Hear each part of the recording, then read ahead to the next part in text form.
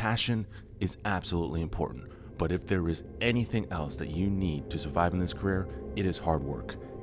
And today, we are going to talk to somebody who has both, Eddie Cristobal. Eddie has shot a variety of different things in this industry, from weddings to music videos to short films. Everything that you could imagine that you could shoot, he has done it. And the one common attribute that he brings to every single shoot is his relentless ability to get the job done.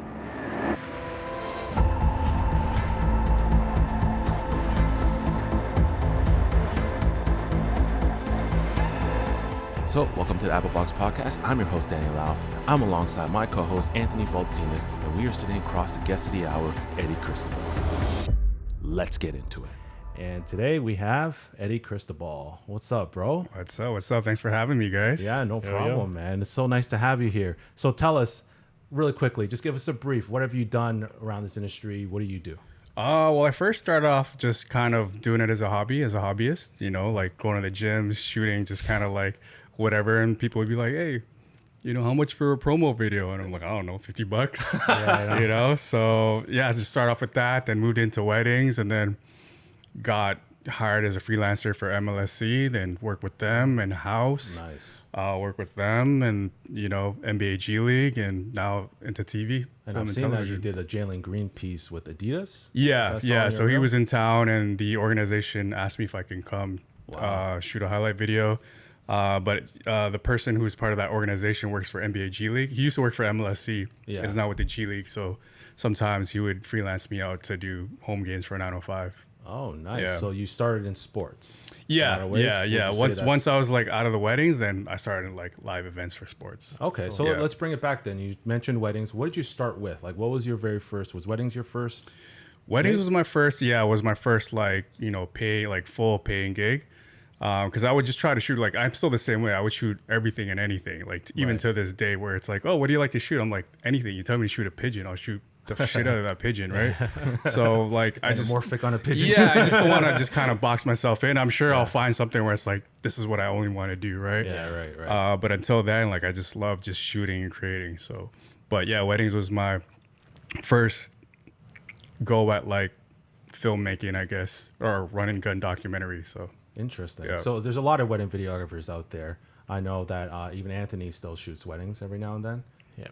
This is something like what's the wedding industry been like the climate today? If somebody wanted to get into it, if that's the thing that they like what is the climate like? How do they get in? What do they do? I guess that you would, you know, I would recommend for people who want to get into it is to second shoot for someone. You know, ask someone who is already in the game, someone that you might be watching and that's local, and say, hey, you know, like if you need an assistant, I'll shoot for free. I just want to build my portfolio.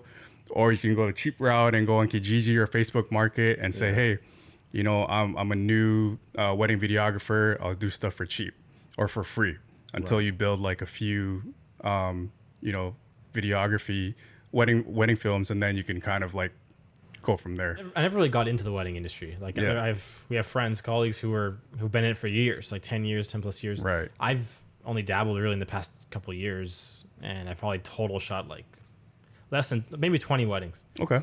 Which is not a lot at all. It's like nothing. For a wedding videographer. Yeah. I think I know someone who does like 100 weddings a year, which is crazy, which is like an insane amount of work. Ooh, but I was the same way starting out. Like I've done everything. I'm trying to do everything. I just realized recently weddings, it's not my thing. People can become the best wedding videographers ever, create the best stories. It's just not what I want to do. And I'm perfect. Usually I'm not okay with that. Usually I'm very competitive. In this case, you guys can do it. I'm cool. I don't want to touch weddings. But there's anymore. a lot of like financial incentive in weddings, right? It can be very lucrative. Like not just videographers, just other vendors like florists. Florists. I know. Like, you know, florists make killing. And one time I heard what a florist make, and I was like, how much? I'm in the wrong industry. What am I doing? Yeah, you know, you could be charging like $2,500 for, you know, a package, and a florist could be charging $8K. 100%. No question. Yeah, for that one day. $8K. Yeah, to provide flowers. It's a tough business, right? How do the flowers go afterwards? What is this? What do they? Where do they go after? They don't. It's just for the day. It's just for the decor, right? is decor for your ceremony, Holy bouquets, crap. and then like after like Or the the activist reception. side, man. You know, you Wasted just flowers. turned a lot of wedding videographers into florists. Right? Like everyone who's listening to that, it's like, It's nuts. I'm going to sell It's my nuts. camera now, and I'm going to get into flowers. Yeah. Really? That's Yeah, insane. it's crazy. I'm like, when I heard that, I was like, I'm in the wrong business. Like, how do I become a florist? You know? Like, Well, I've always known that like in weddings, it's like the decor is very expensive. I didn't know it was Yeah. like that. But like I remember I dabbled in weddings just a little bit, Right. And I realized the same as Anthony. I was like, it's not really my thing.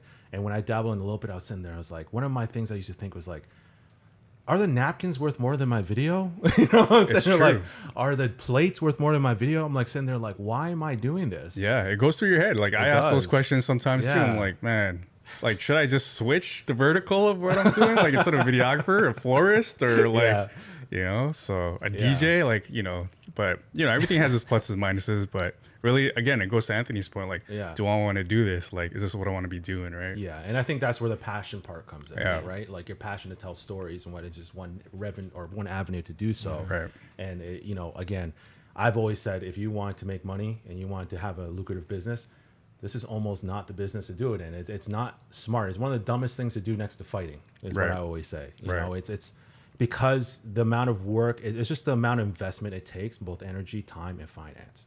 It's just there's so much that goes into it, and it's also very fragile. It's something that you literally can just at the snap of a finger, your career could be over. Whether you get hurt or whether your stuff gets stolen, Yeah. or someone leaves a really bad review, and now all of a sudden you're just your clients go down, Right. and you know you could be on the shitty end of a stick at any point, and you spent so much money. It's really hard to like recover. I can only imagine you spend hundreds of thousands of dollars on gear, and all of a sudden you can't use it anymore to make money. It's devastating for a lot of people. You Yeah. know?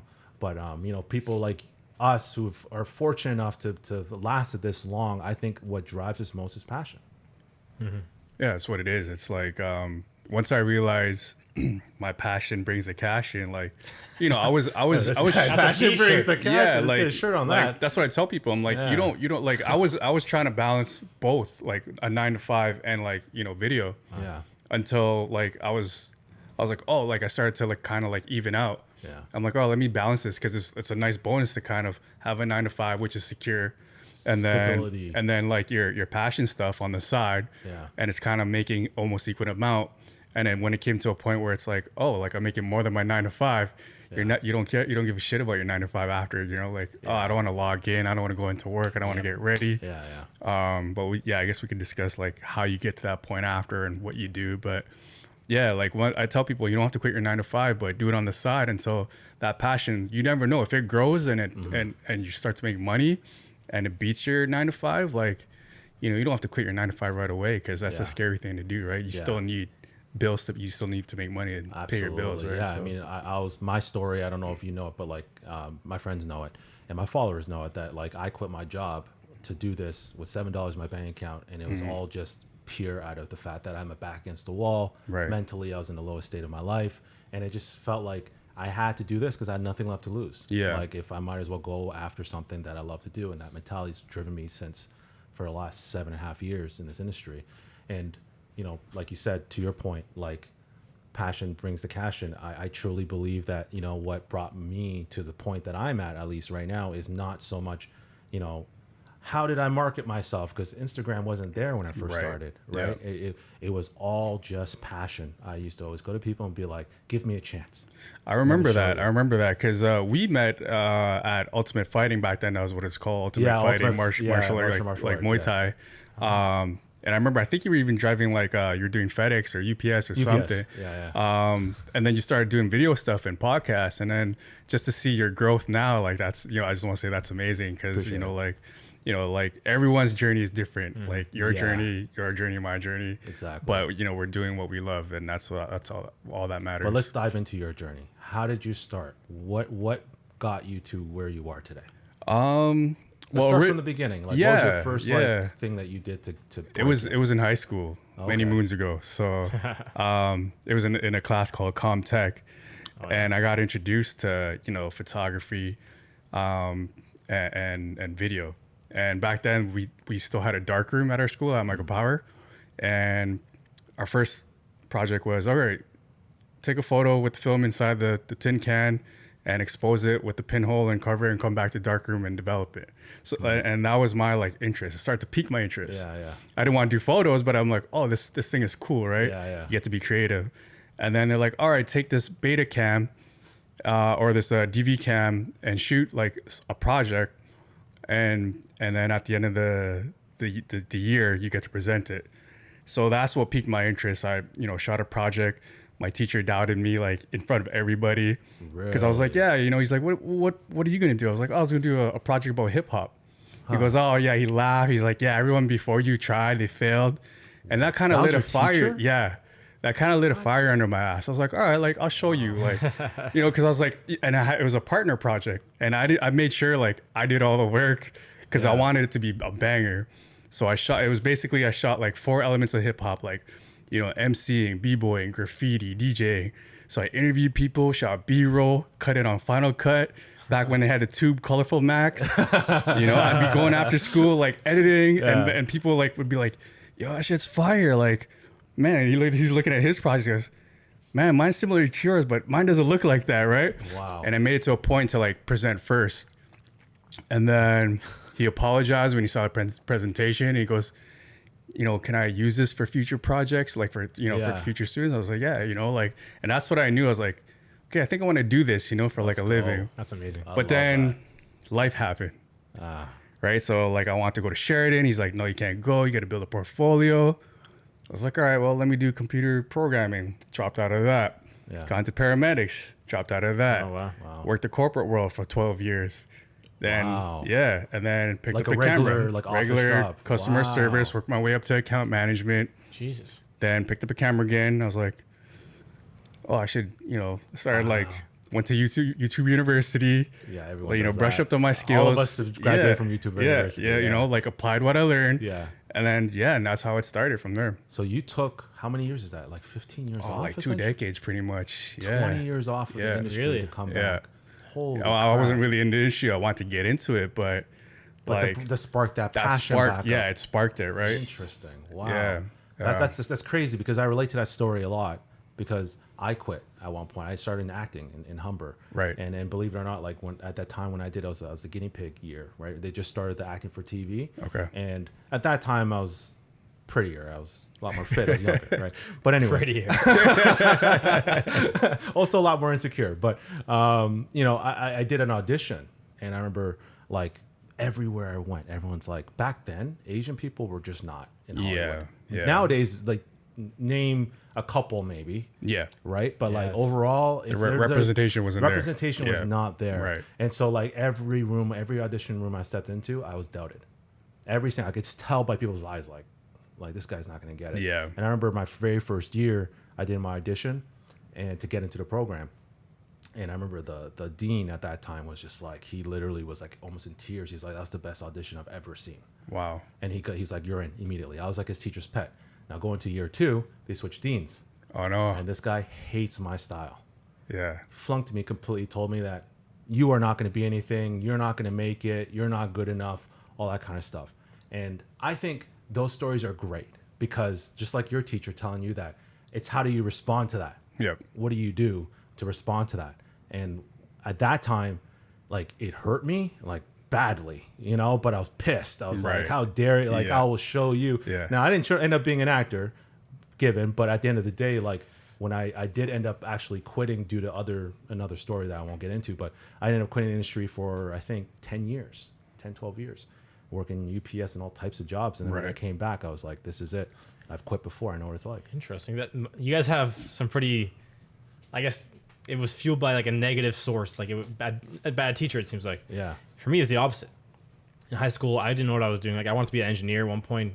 I was like what I thought I was going to be doing after high school. You were like super smart, from what I heard. I was like an academic kid. Like I wanted to be the best in the class. Yeah, I wanted to like studious, get 90 plus on everything and whatever. But I was always passionate about filmmaking, and I took a video class in grade 11 or grade 10, and my teacher at the time, he was like, he pushed me because he's like, you can do this. Like he saw my work. He was like, you have something. Like he was encouraging me when I didn't even realize it was a thing. Like I didn't believe in myself. I was like, I don't know, like whatever.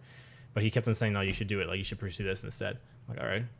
So I followed his path. I took his course again the next year. Like he was like using me as like a model student. Like he was like almost praising me to some capacity. Right. And I was like very appreciative of that because he was pushing me to like see beyond what I believed in myself as. And that pushed me to get into the industry, which is crazy. Otherwise, I wouldn't have done it. I probably would have. You would have been an accountant or something. Maybe I would have been an accountant or I something. don't know what I would have been or something. actually. Yeah. Like, You would have been like some smart. I don't know what I would have been actually. Like Wow. I kind of just felt like I just stumbled upon, like I guess good people who put like helped me like I guess direct me down a good path because like I wasn't really directional with it. Yeah. Wow. That's interesting. So you see like there's just the different ways that I guess everyone gets into it. How do you think your story affects your style of work? Oh, interesting. Well, I guess it affects my style. Like I'm just always like a grinder, you know, like So you would work to get the shot type of. yeah, like no matter what it takes, whether it's a 8-hour day or 20-hour day, like I'll grind it out. You just like, came from a shoot. Yeah. So, and you know, like getting into TV now, like I've been working with like OGs in the game. Like these guys, I asked these guys like, whoa, when did you start? They're like, oh, 83. I was like, I was born in 83. And that's when you started. It's nuts, right? Yeah. So like I see them like watching me and seeing like, but like I just show them what I like know what to do is just like haul ass and bust my ass and be proactive and always be busy, right? You have to have that. Yeah. To. And you know, that led me to them bringing me onto other gigs, like a reality show and a TV show like out in Europe. So I'm just, you know, just like, man, like I appreciate that because I know for them, like the OGs, like the older guys, like they know our generation. It's either we're lazy, and there's like that 1% where like it's like, all right, you haul ass, like, and I know you if you can shoot, but like you if you can shoot is one thing, shooting is one thing, but like grinding and hauling ass and being a hard worker means so much to them as well. So which is why like I think that kind of like contributes to my style. Talent alone doesn't do the trick. I've been in broadcast myself, and you know, like I started doing ultimate martial arts to then being on the biggest stage of kickboxing in the world, and being in that biggest stage, I remember it didn't matter how much I showed the producers or whoever is watching my work. Didn't matter how good it was. Didn't matter.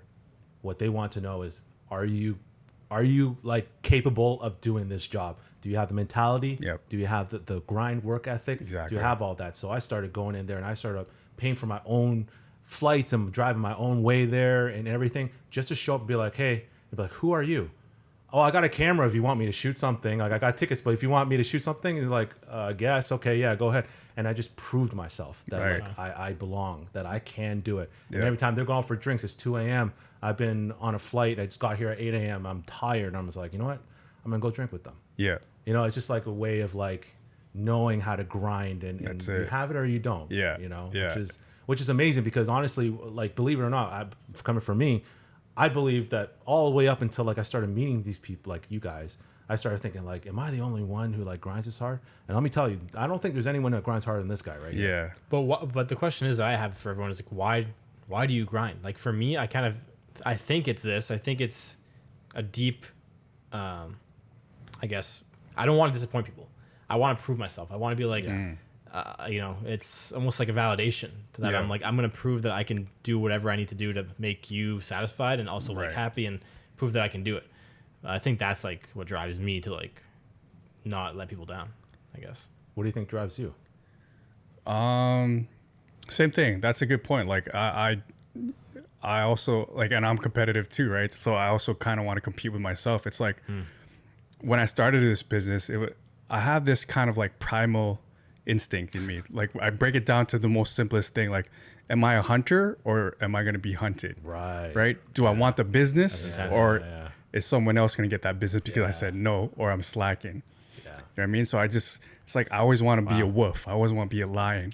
Like I want to be an apex predator and no matter what I do.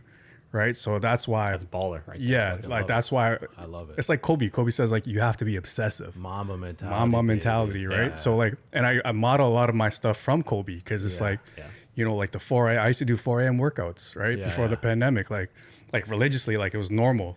And people thought I was crazy. I'm like, well, you're crazy for like sleeping in, and you asking me like, how do I lose weight and get jacked or whatever. It's like, well, stop watching Netflix. They're like, oh, I don't want to wake up early. I'm like, well, then do it after work. Oh, I'm too tired. I want to watch my shows. Accountability is such a common thing. Exactly.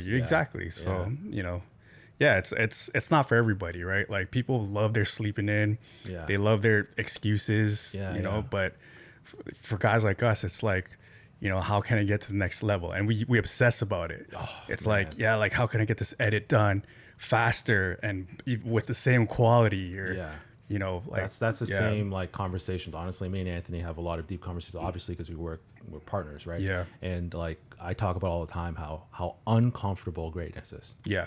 And how lonely it is going down that road, because one of the most famous quotes that I read, or I don't even know if it's part of a meme or something, but it doesn't matter. It was very powerful to me, where was loneliness isn't not having anyone around you, it's just not being able to communicate what you truly feel and have people understand it. And I think greatness is one of those things that like you cannot communicate almost all the time. Like I don't know how to describe it. It's almost like I can only vibe it. Like just by you describing like what greatness is to you, like you get it. Yeah. I'm like, you get it.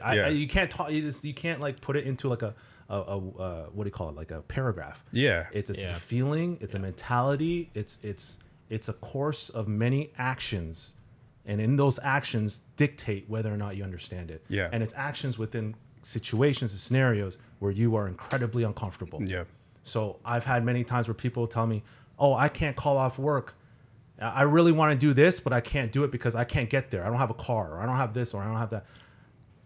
You have to do that every day. It's not just that one uncomfortable situation. Yeah. It's every day. That's a good point. Every day you got to do that. Yeah. Now try explaining that to the people who are around you and have them understanding. They're going to all call you crazy. You go to the gym at 4 a.m., that's crazy to people. Yeah. Because everyone's going to look at you and be like, why do you do that? Yeah. They don't understand it. And you almost put yourself in this isolated position where only you understand the motivation behind what you're doing. And greatness is that uncomfortable because a lot of times you want to share that with people, and only a few get it. Only a few take it in, and the ones that don't, it almost you look crazy to them. You look crazy, but it's like, how bad do you want it? Yeah. And the most people that are not like us, they don't want it as bad as we do, right? Yeah.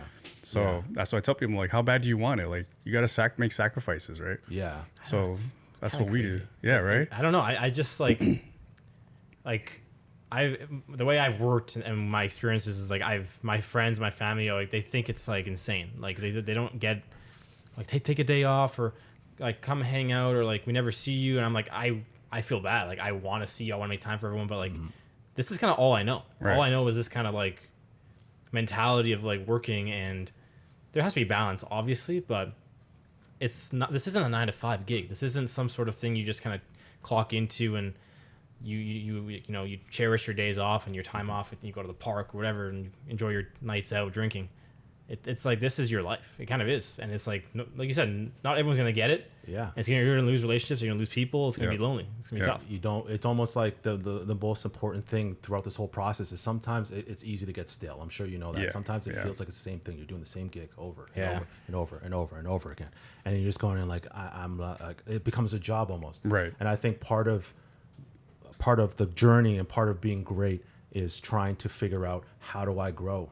Finding the pockets of growth. And sometimes that's taking in a ton of criticism. Sometimes that's taking in harsh truths that you don't want to hear. Sometimes it's having you to admit to yourself, maybe I do suck at this. Yeah. And I got to get better. Yeah. And you have to learn to accept that, not as like an ego attack, but as, how do I grow? And I think that's, like you said, like it's a tricky road to navigate because everybody has their own story and everybody has their own things. And I would love to know, like for you, like in terms of greatness, what is that goal? Like what's the main thing that you want to achieve? It's a heavy question. That is. It's a loaded question. It's a loaded question. But like if you could brief it into something. I think ultimately, like to land either like a big commercial gig, as a DP, okay. A movie where it's like, oh, that was on Netflix or on the big screen. That'd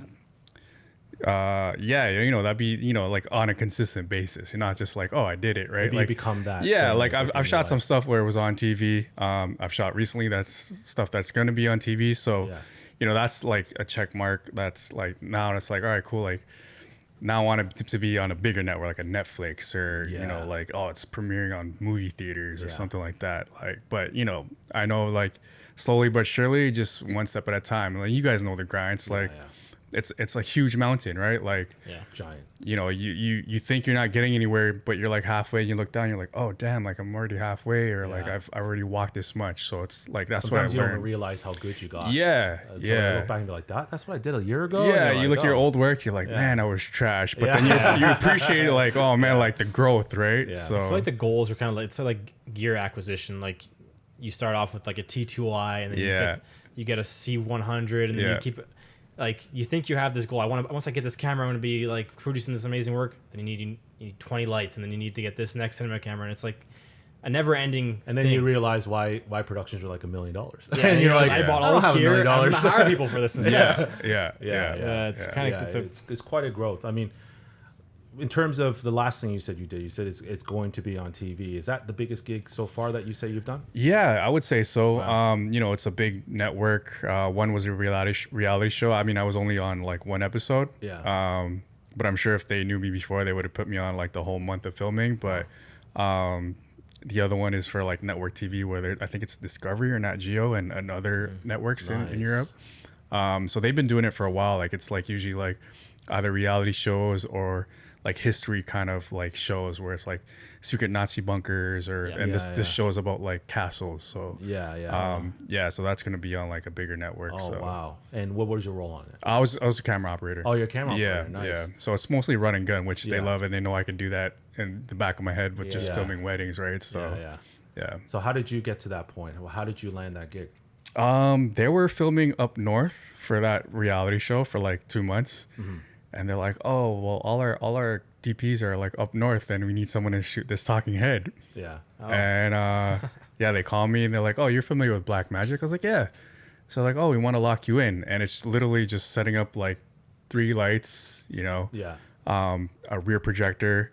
And then the director would just ask questions, and it was an easy gig. Yeah. So I did it for like, I think a couple weeks.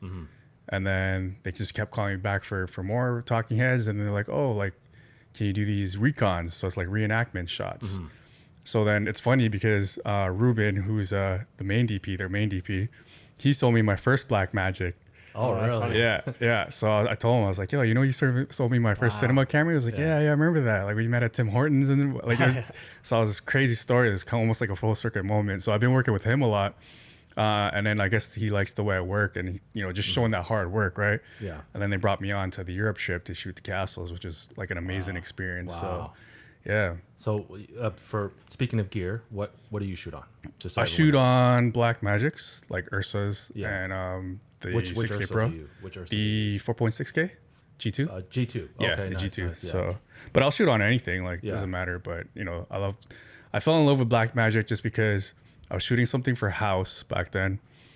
And like my first big cinema camera was like an Ursa. Yeah. And I was like intimidated. I didn't even know like how to put like the tripod and the VCT plate. Like we were struggling to put my it in. My G1 that's shooting out right now. That's my very first cinema camera. Yeah. Wow. So then I was like, oh, like how do I use this? Right. So I'm like opening the screen, and then it was like, I tell people, I'm like, it's like iPhone for cinema cameras. Like the UI is the most simplest. Easiest and the simplest. Which is why I fell in love with it. Right. So yeah, it's my favorite so far. It's funny because it's exactly what you said.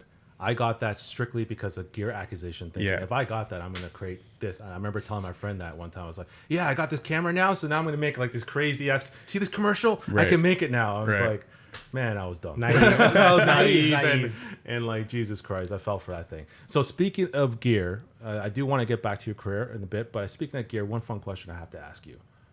Does gear matter? No, gear doesn't matter.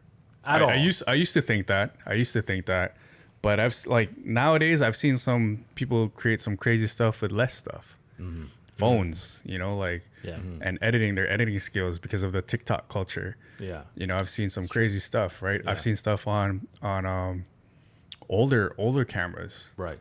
Where I'm like, man, what'd you shoot that on? And they're like, oh, like some basic like Blackmagic Micro or like some GoPro or whatever, right? I'm just like, dang, like gear doesn't really matter. Yes, like I think it depends on what your result. it also what depends. You want, what Yeah, result you it want. also depends. But yeah, you know, like yes and no. But ultimately, like if you're creating for yourself, gear doesn't matter. Yeah, Just exactly. Use what you want. I Obviously, think can you create a story with whatever? 100%. yeah, Yeah. But what story do you want to tell, and what is it like? How's it going to look? yeah, And can it sell? I mean, then it changes the Yeah, conversation. exactly. But yeah, like I used to follow this guy when I had a 60D, and this guy had a T2i on Vimeo, and he was creating like epic work, like Right. moody, and it was like real storytelling. I'm like, okay, and then that's when I realized gear doesn't really matter. It's at a certain level.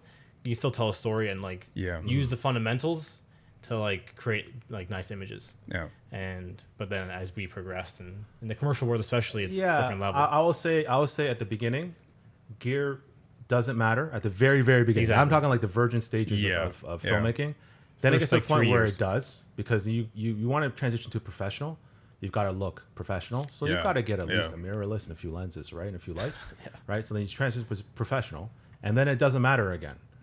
And because in that stage, Yes. I feel like there's a big like zone of gear that essentially almost has the same type of capabilities. Yeah. They're just different features in different zones. Yeah. That's right. And then it'll matter again later on, because Yeah. that's when you start getting into the huger, like the bigger commercials, that Yeah. some of the stuff that we've been involved in, and that like if you don't achieve certain things, or people are asked for specific things, like that needs a steady cam, or that needs a gaffer with a DMX control. This needs that. This needs that. Yeah. And eventually, like that's when gear obviously Yeah, when you get to the highest level. once you get to there. Yeah, So I when think you get to there's the like, it highest depends level. on the stage that you go to. But I think it's an infamous question, because a lot of times, like you hear people say, gear doesn't matter at all. It's all about the story. And theoretically and philosophically, Yeah. yes. Yeah. Obviously, In practice, yeah. But at practicality, Yeah. I'm like, I don't think you're gonna go up to Apple and be like, yeah, you know, I think I could shoot your latest thing on my iPhone Yeah. or whatever. Yeah. I mean, I know that they did that, so someone's gonna be like, well, they did that, you know. It's like, yeah, but they also had like a whole crew of like gaffers, Exactly. grip that lit it really well. Exactly, You know, like, and that's where gear matters. Yeah, you know? Like, exactly. you're gonna need Yeah. a little bit, but yeah, It's a YouTube question, you know. It's a YouTube is. topic, kind of It like is. clickbait and like yeah. I don't know. YouTube is a whole different conversation. I hate YouTube filmmaking in certain levels. yeah. It's to me, it's the same thing, but I guess it's made for certain people, right? There's a generation. I guess the newer generation is more It's about just it. YouTubers trying to sell you stuff all the time now. Like, I Yeah, hate yeah. watching YouTube now because It's the same titles. Especially when a new product drops, all the famous YouTubers drop Oh the my same thing. God, Yeah, and it's some basic, like very high level review of Yeah. nothing, and it's like who It's like the cares? newest, my favorite new camera. Yeah. Why I Yeah. sold my Pocket Yeah. 6K. But the It's worst is always the same. how to create cinematic Oh, footage, yeah. Cinematic. and it's Yeah. some slow mo B roll Yeah. of someone walking. Yeah. Cinematic. What do you mean? Yeah. It's I don't know. I don't know. That's a rant. I feel like the intention behind it is to sell. They're marketing Yeah. influencers, and I think that's what makes it kind of inauthentic. It's all empty. You know, it's all empty. But you know, like you put I get it. slow mo feet walking in the rain in the right context, it's great. But show me. Okay, name one film. Fine, 3 films where a slow mo walk from behind was in it. It's true. That's it's facts. true. That is true. Cinematic. Like, what do you mean cinematic? What does that mean? I used to shoot weddings all in slow mo, and now I'm like, why did I do that? Me too. 4K 60. Yeah, you know. yeah. But now it's like I try not to do that, like unless it's certain shots. But I try to make it more like I actually did one of my buddies who worked for MSC and now is Yeah. in NBA G League. I did his wedding. He goes, "Oh, make it like just like a doc." That's pretty cool. So literally like no music, maybe like a small like subtle underscore at the Yeah. bottom. Yeah. And just almost just like a doc, like Live the almost moment. like a homemade video, but like doc style. Yeah. I would want that. Yeah, for my and I wedding. was like, yeah. man, this was fun to do. Like, I got to do more of these, you know? Yeah. So, and it's just more authentic and more like, Yeah. you know, like you were watching your day, like you were a guest there at Yes, your own exactly. wedding, right? So, Because it's more like you're living it. It's almost like a home yeah, video. But yeah, like and then high you're hearing the quality. little sound bites of like, you know, Yeah, all the the things that was moments happening. that, Yeah, you probably missed in the live moment. yeah, And, yeah, like, because you know, You like can you know how it overproduce is, it, right? You can Yeah. overproduce Yeah, it. you know how it is. This highlight video is just music videos, and music slow and motion and call it a day, slow-mo, right? and yeah, Yeah. And I think people do that because cinematic essentially just means evoking feeling, Right. And slow motion, when you see epic slow motion placed in the right moment in Yeah. the video, it is Yeah. like what, Yeah, you know. agreed. But that's how people take that and like why don't just make the whole thing slow motion? And then it kind of kills the whole vibe. My favorite slow mo is when you can't even almost tell that it's slow mo, but there's something different about it. Yeah. It's like this doesn't need to be slow mo, but it blends in. it's like it's nicely. unique. Yeah. Same thing with gimbals, like like I used to shoot everything with a gimbal Oh, all yeah. day. I And know. I'm like, I watch movies, I'm like, nothing's on a gimbal. Nothing's like, on it. Yeah. At most it's on a dolly, that's that look, exactly. right? Yeah. But Exactly. yeah. I think we all progressed from like going from tripods because that's all we can afford to a gimbal, and then all of a sudden we're back on tripods again. yeah. Like, you start to realize the simple things are all that matters. you Yeah. know? But A lot of my gigs I'm still on gimbal though. Yeah, I mean, yeah. So, Certain gigs need it. Certain gigs. Certain gigs. I think like music videos, you're not going to be able to afford a Steadicam Yeah. person every single music video. Not every music video is going to be $50,000 or whatever. It's going to be $5,000 gigs or $10,000. It's just one tool though. It can't be your only tool. Yeah, can't- exactly. There's beauty in the static like Exactly. shot To on mix it sticks. in. If there's Yeah. one thing that Yeah. I beg people to do is please change lenses every now and then. Yeah. Everything's shot in the same focal lens, length yeah. on a gimbal, back and forth, left and right. Please, just once, change the focal length, learn other focal lengths. Funny enough, a wedding shooter I was working with, he was like, just pick. But he told me this: pick one prime lens and don't change it all day. Just see what you can do. That's a fun That's a exercise. great Yeah. exercise, I yeah. did that. I 'Cause did you that gotta one move in. wedding, and it forces you Yeah. to It get does. creative. Yeah, my Yeah. BTS of the big Hayabusa commercial was just shot on 35, Yeah, and that was it. What can you do with just a Yeah, 35? yeah. You know. I kind of like that. That's how I shoot whenever I do street photography. I have my little Fuji X100F, and just has a fixed lens on it. You can't change it. I Yeah. like the limitation because then I don't love have to that. think about the Yeah, gear. You have to Yeah. learn though, right? You have to learn. I think as an exercise, it's great, and I think for personal stuff, I think it's amazing. I think when you're making a production, Of though, course, yeah. You can't just right? Like, come Can't on, be you got- lazy. Yeah, you got $10,000. Don't be lazy. You got autofocus on and one gimbal and one lens. Like, come on, bro. Yeah, You know, that's the way I see it. But Yeah, I agree. you know, these days, with whatever makes the client happy at the end of the day. Yeah, right? exactly. And speaking of clients, like, do you ever deal with difficult clients? Is this something that is like common to you, or would you say it's about half-half, or? It's rare maybe like occasion. 80-20, where like the 80s are good and 20%. Nice. It's like they can be difficult, but there's some of them. It's a split between nitpicky and then Yeah. difficult, Right. but more so nitpicky. Interesting. But that comes with the territory, right? Like that's our industry. Yeah. It's we're like a service-based industry, so it's like So how do you navigate that? Like, because I know there's always like, you got to sometimes face the fact that like this person's like gonna rip me off, or I really don't like the way that they're kind of approaching this negotiation. Is that something where you nip it in the bud and you're like, all right, you know what, this is not the client for me, or is there someone who just likes to work through it and try to find a solution? For certain verticals, like for the wedding vertical, like I used to just eat it and just whatever Just makes go. them happy. But Yeah. then I put a cap on it now. It's like, all right, cool. Like you get 1 or 2 re-edits, and then anything after that, it's gonna be extra, right? Because you hire, like especially in the wedding game, they're hiring you for your creative,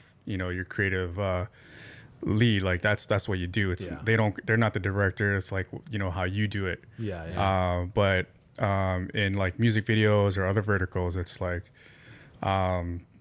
you give them a little bit of leeway, but same thing. Like, I remember when I first started editing for MLSC and those kind of gigs, I wasn't used to like multiple revisions.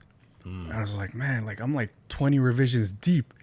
Because it's like multiple like heads approving it, and they always have to put their input.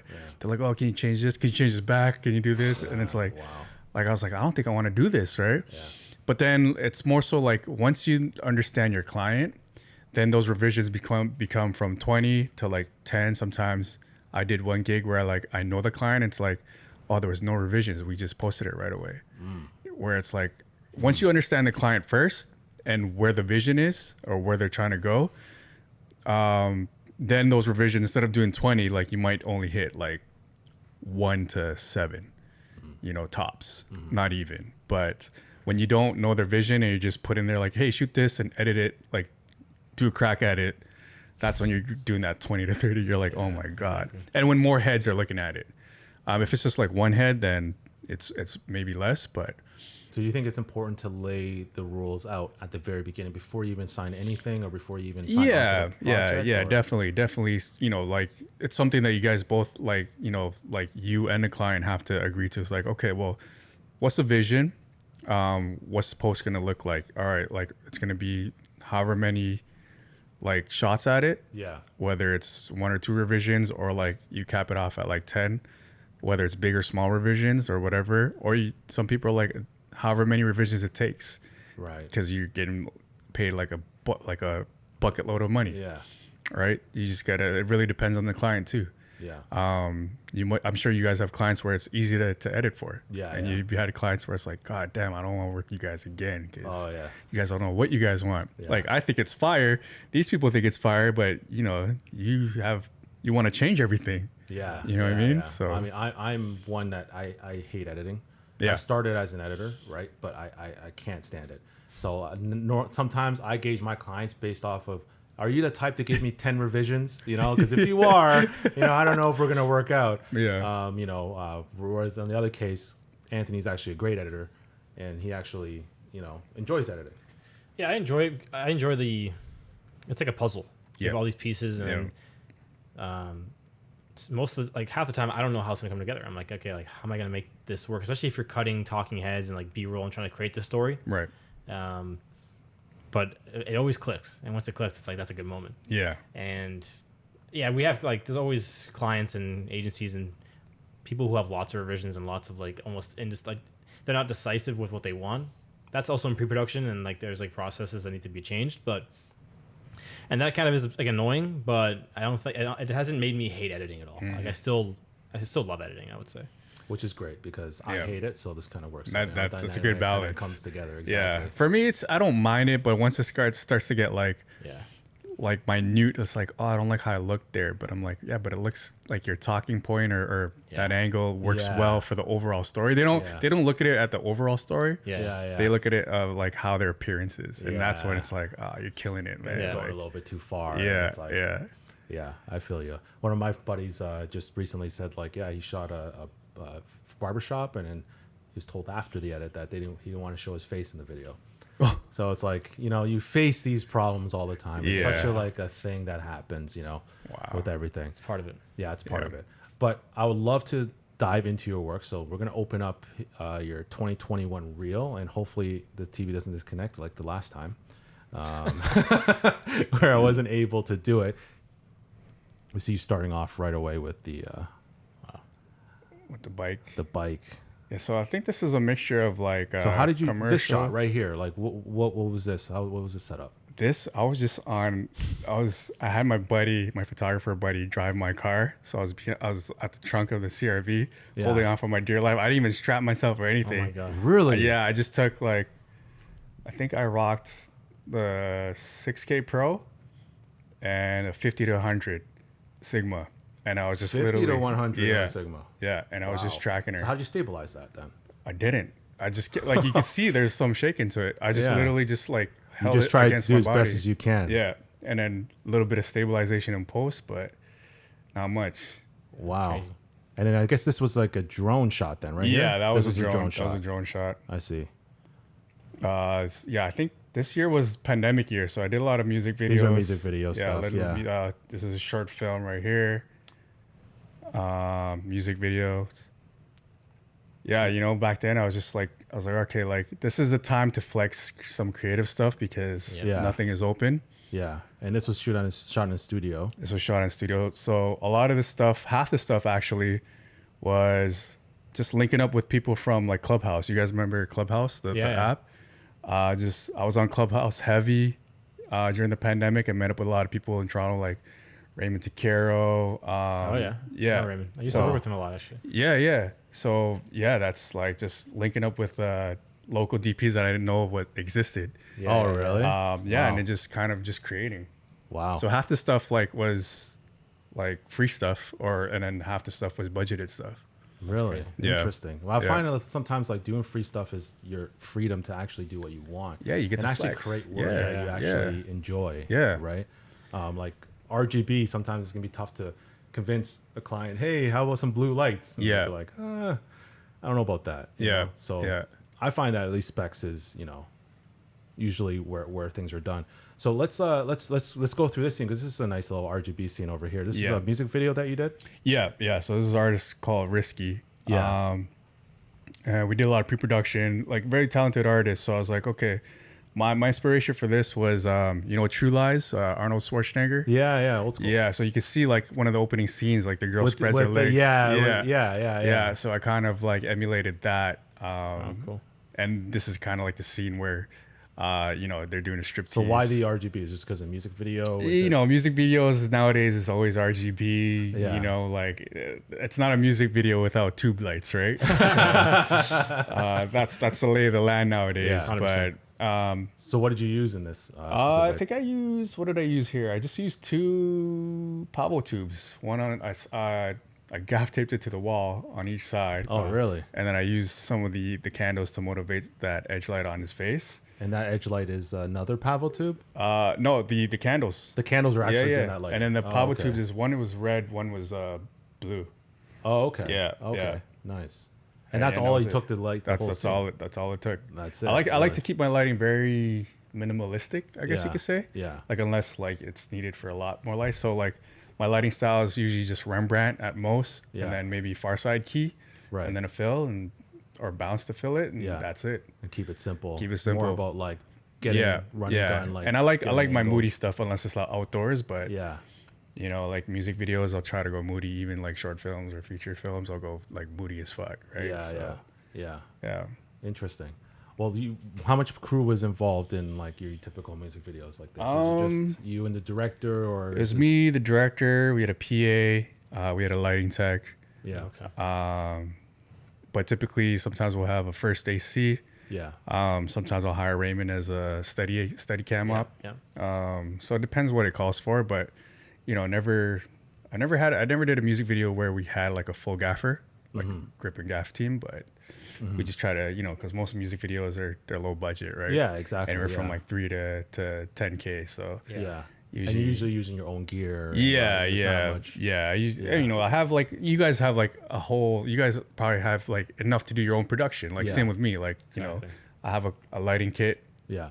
Audio kit if I want to do talking heads, like 3 cameras. You gotta prepare for everything. Yeah. People are like, oh, you have all this gear. Like, how long did it take you? Like, it took me like 6-7 years. Yeah, so my entire career. I find that's usually the point, right? Like 7 years is when you start, like, all of a sudden you start building, like, holy crap, I have all this stuff. Like, holy shit. But I was talking to another DP Angel, and I was just like, he's like, you're gonna get to a point where you're gonna start selling your gear because everything's rented for you. Yeah. So I was like, man, I want to get to that point so I can sell all my gear now. Like I don't have to, and like we're getting to the point where we're renting our gear. Yeah. Just, instead of selling, at least try to turn it into assets and try to, because at a certain level, selling it is almost not profitable at all anymore. So unless you like paid it off, obviously, but like because a lot of things have depreciated value. Like the depreciation on a lot of our gear is terrible, especially cameras. Oh, especially the bodies. Like the pocket 4K, like it's not really worth it. Exactly. Like I got the pocket 4K. I'm thankful I sold my one before, even though I wish I had another one. But like I sold it when it was the right time. Now you can't barely get $800 for it if you want it. Oh, there's so many of them in the marketplace. Exactly. They're flooding it, and it's like, that's the whole thing with gear acquisition. Speaking of gear acquisition, someone coming up in the whole thing. I know me and Anthony were, at least when we started off, we bought everything. We didn't believe in renting.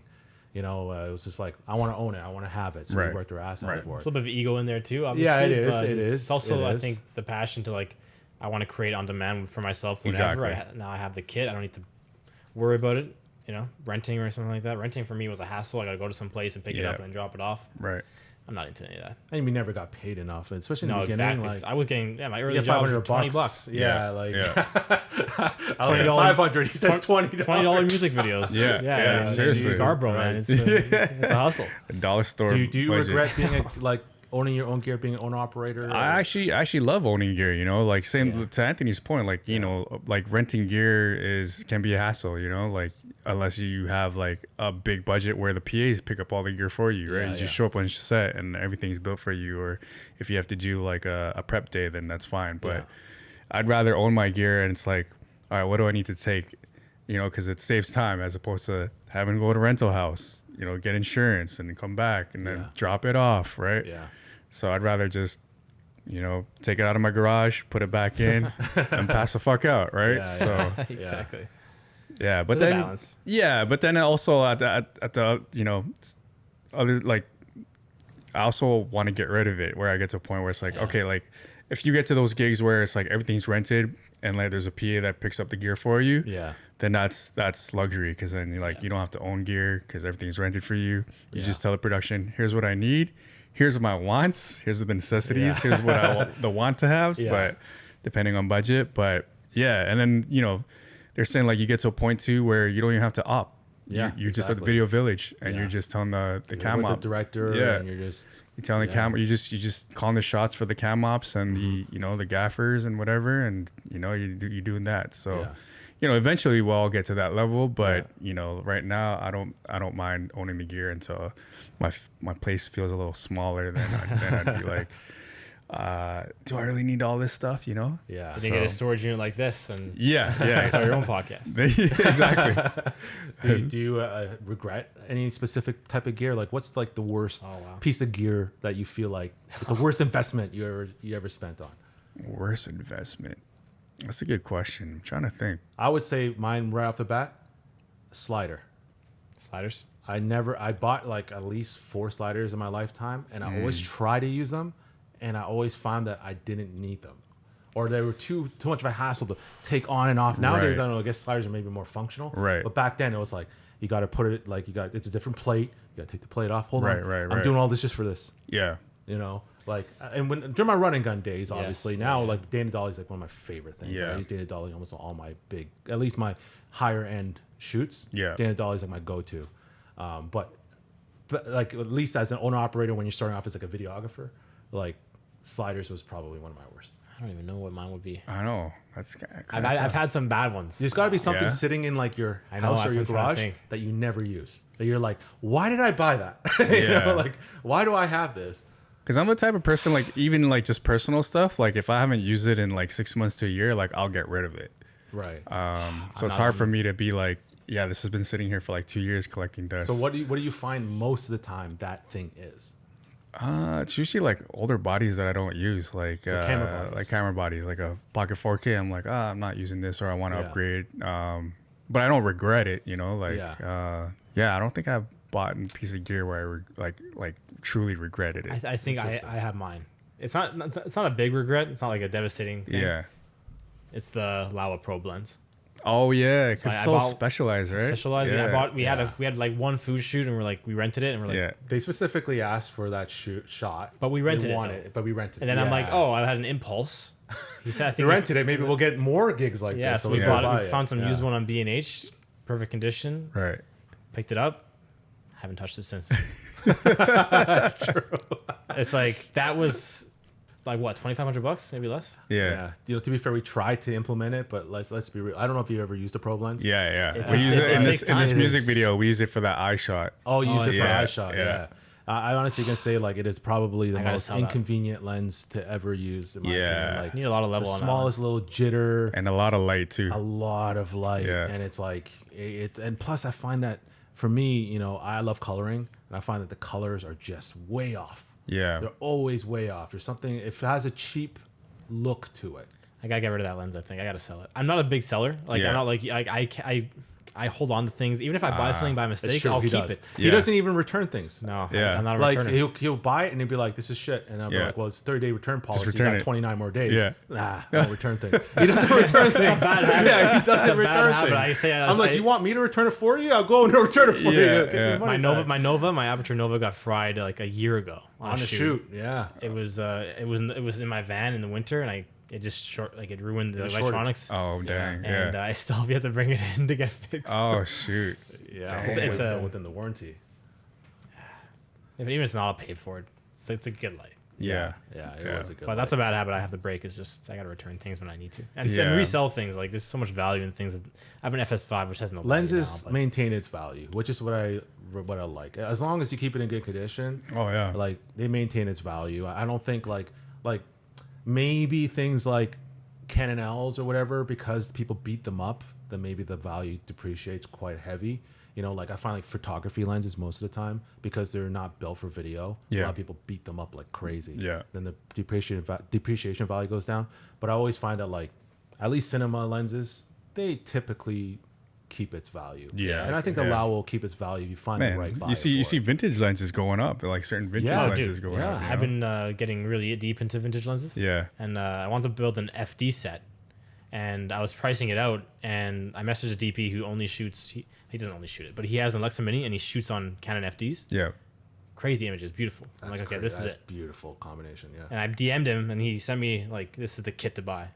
One of the lenses, 24, I think it's a 24 2.0, 18 grand on eBay. Yeah. It's like nuts. For a little, 2 years ago, it would have been like nothing. Yeah. Like the value's been like crazy on these lenses. So yeah. I think the vintage look is coming in.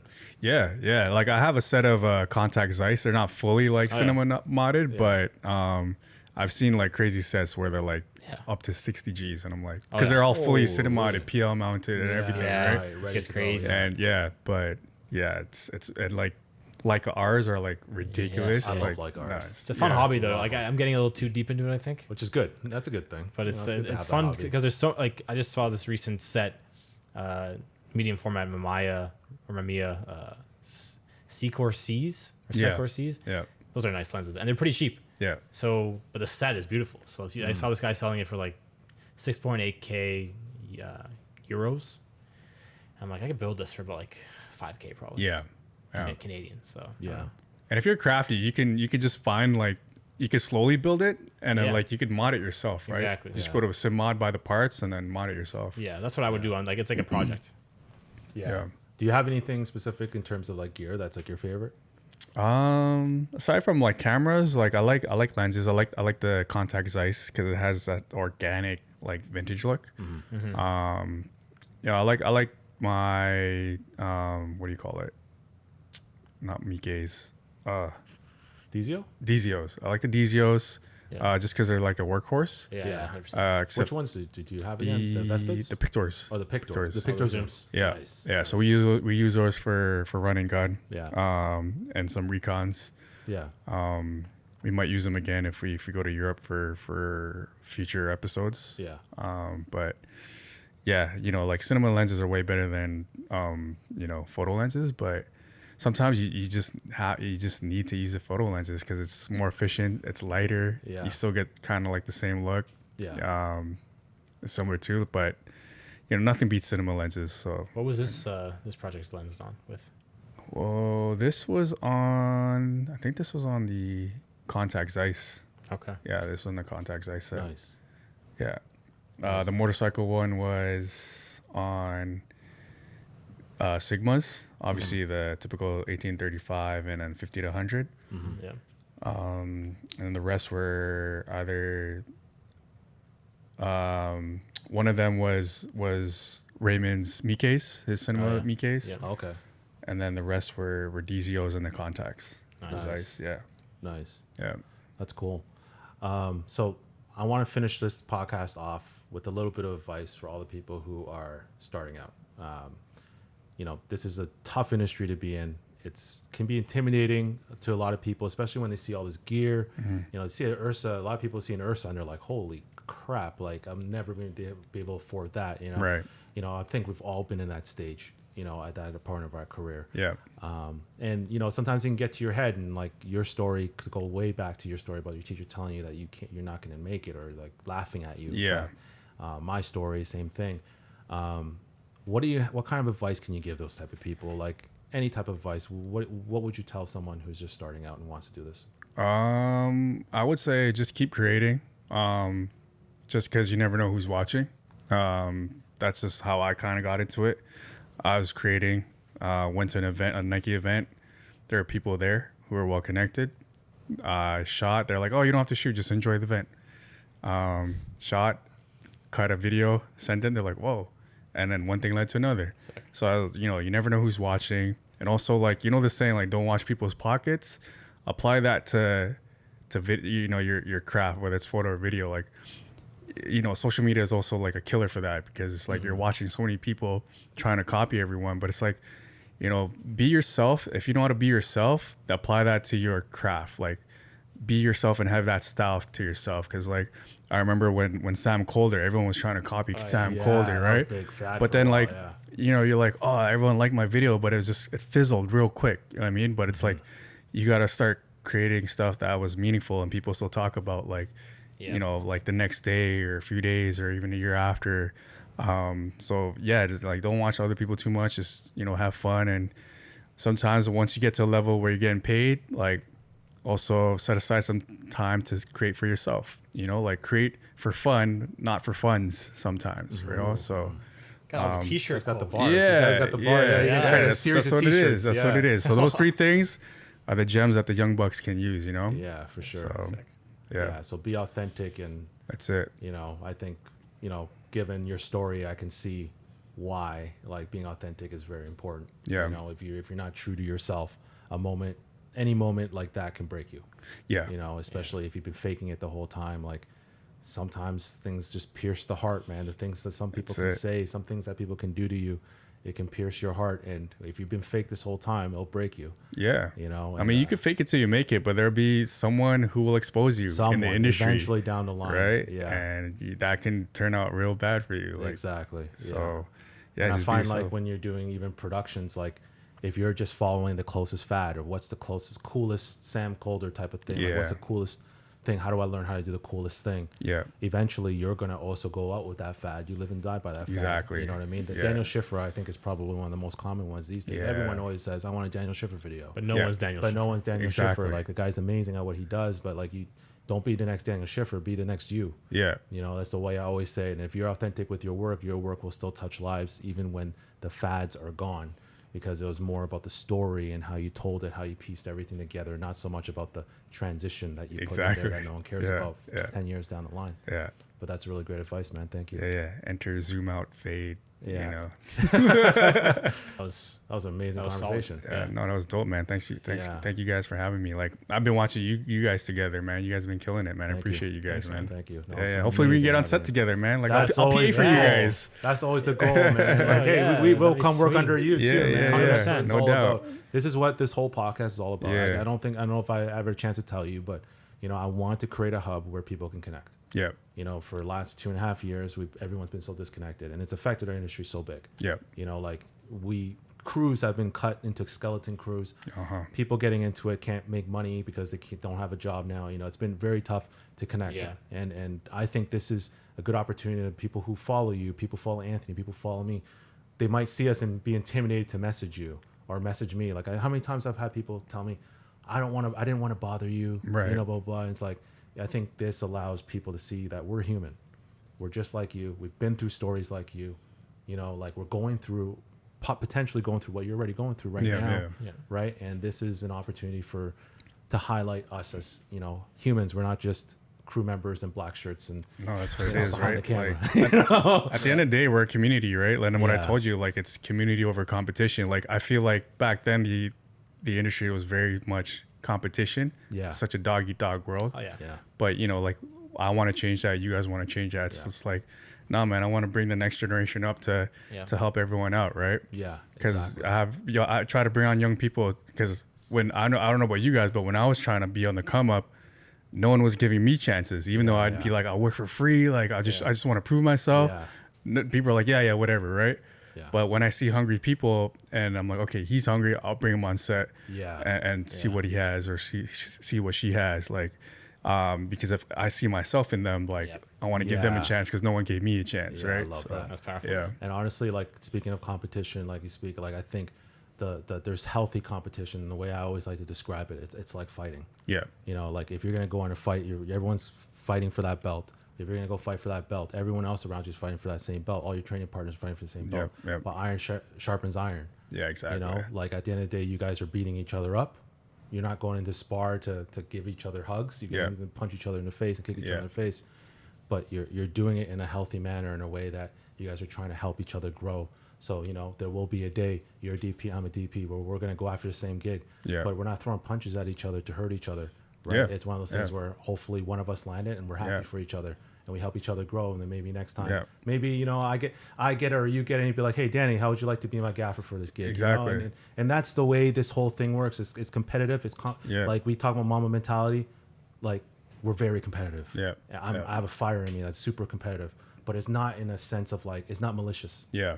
You know, it's only malicious to myself, if anything. Yeah. You know, but not towards everyone else. Yeah. And that's what I want to build. Exactly. And it's like, you know, I have no qualms be like, oh, well, I can't do this gig. Like, you know, Anthony, Yeah. here's this guy, Anthony, here's Exactly, this guy, yeah. you know, Danny. Like, I think I've already recommended you a couple of times. I don't know Yeah. if they reached out, but Oh, yeah. wow. Yeah, That's yeah, cool. Yeah. So Yeah. that's what it's about, right? Just kind of bringing that togetherness to the industry, because you hear too many stories where it's like a lot of beef, or it's like, don't touch my shit, or, Yeah. you yeah. know, like, but Yeah. yeah, no, what you guys are doing is dope, man. I can't see, like, I'm excited to see like your other guests that come Yeah. on too.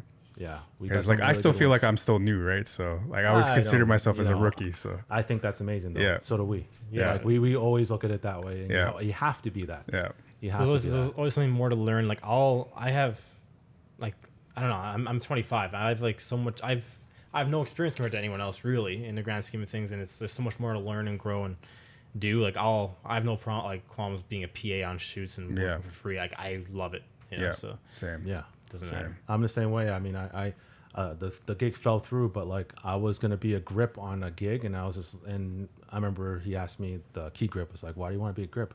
I'm just like, because I want to know what they go through. Right. I want to understand them. I want to be part of them. So whenever I work with more grips, I know what they're going through, right? It's me wanting to understand every aspect of it, so I can feel like I'm part of the community, and I don't like, you know, feeling like maybe I'm like, oh, I'm bigger than everybody. I don't like those attitude people, you know, Yeah. come in with the ego, Yeah. like I'm better than everybody and the chin's too high. Yeah. You know, and Stay I never humble. want to be that person. So you stay humble, stay a student, you know? That's it. Forever. Always a student, never a master, right? Exactly. Yeah. Exactly. Oh, that's Love dope, it. man. Sweet, man. Really appreciate it, man. Appreciate you guys, man. Awesome episode, man. I hope everyone enjoyed this. And yeah, we'll see you next time. Peace.